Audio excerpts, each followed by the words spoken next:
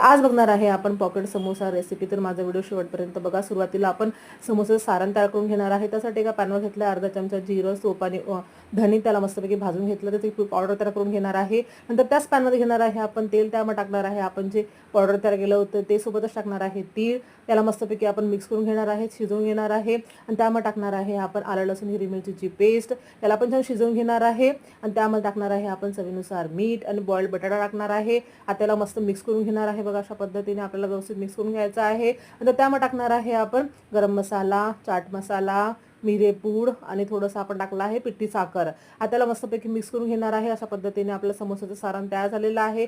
थोडी त्यामध्ये टाकणार आहे आपण कोथिंबीर.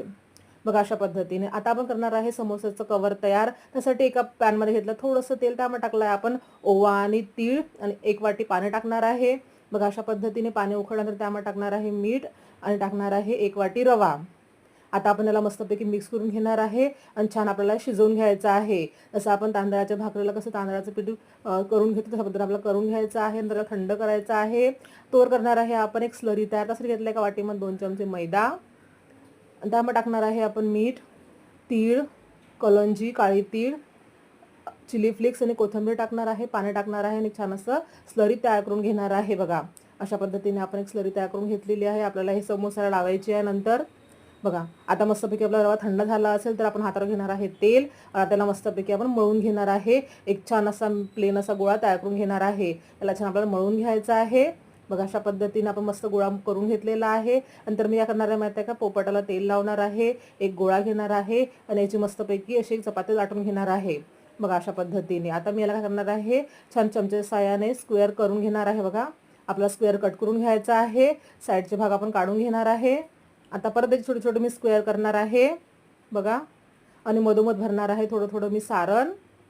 नंतर मी एक भाग हातात घेणार आहे आणि त्याचे चारही कॉर्नर असे मी चिटकवून घेणार आहे. बघा अशा पद्धतीने. नंतर जो ओपन भाग आहे मी तो पण चिटकवून घेणार आहे.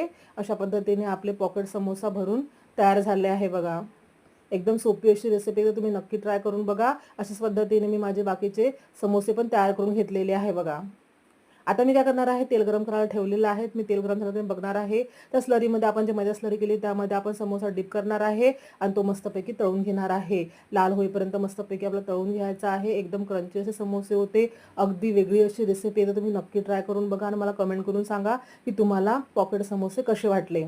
बघा छान असे आपले समोसे तयार झाले आहे. एकदम क्रंची आणि युनिक अशी रेसिपी आहे.